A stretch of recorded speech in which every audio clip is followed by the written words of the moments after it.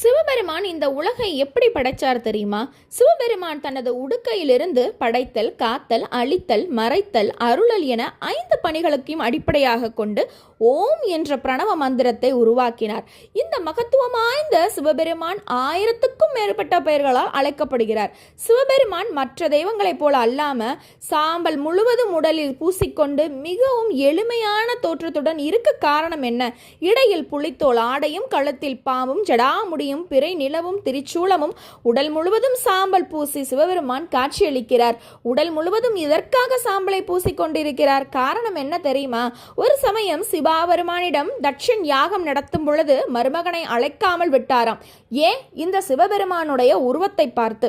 ஆனா இதோட உண்மையான காரணம், நான் எப்பேற்பட்ட எளிய ஏழை மக்களிடமும் நான் இருப்பேன், எனக்கு உண்மையாக தேவை உண்மையான பக்தி மட்டுமே என்று சிவபெருமான் ஆட்கொண்டுள்ளார்.